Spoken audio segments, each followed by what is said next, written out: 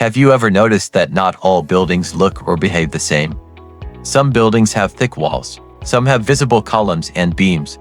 Others, like bridges, use triangular shapes. Why is that? The answer lies in something very important in engineering: structural systems. Welcome to Kussitta CEng Solutions, where we simplify civil and structural engineering concepts. In today's lesson, we will understand what a structural system is, the main types of structural systems, and how they carry loads.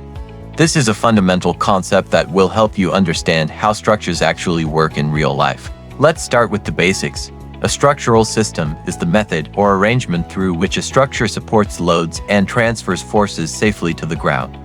In simple terms, it is the framework that holds everything together. Every structure must have a clear path for loads to travel, from where they are applied all the way to the foundation. Before discussing types, you must understand one key idea: load path. Load path means how forces move through a structure.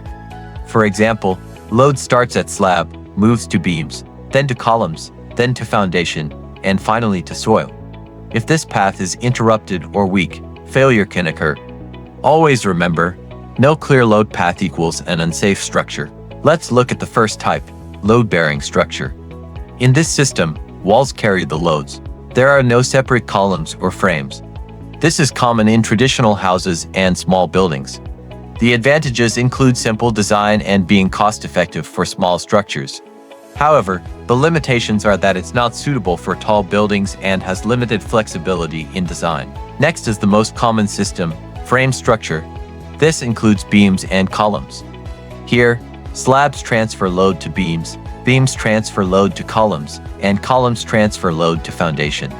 Walls are not load-bearing, they are just partitions. Advantages: suitable for high-rise buildings, flexible design, and better load distribution. This is the most widely used system in modern construction. Next is truss structure. A truss is made of triangular elements. Why triangles?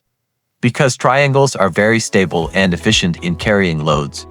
Common in bridges, roof structures, and towers. Advantages: lightweight, strong, and efficient material use. Load is transferred through axial forces, tension and compression. Another interesting type: shell structures. These are curved surfaces, thin but strong.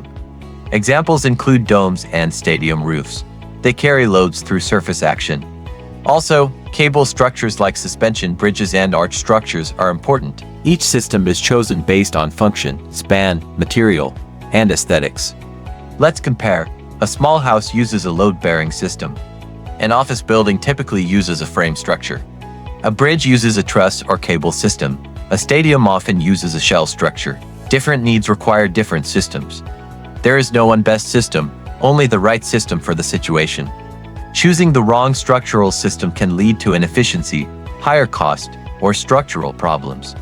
Engineers must consider load type, span length, material, and safety. Good structural design starts with selecting the right system. Let's summarize. A structural system is how a structure carries loads. The main types are load-bearing, frame, truss, and shell. Always ensure a clear and safe load path.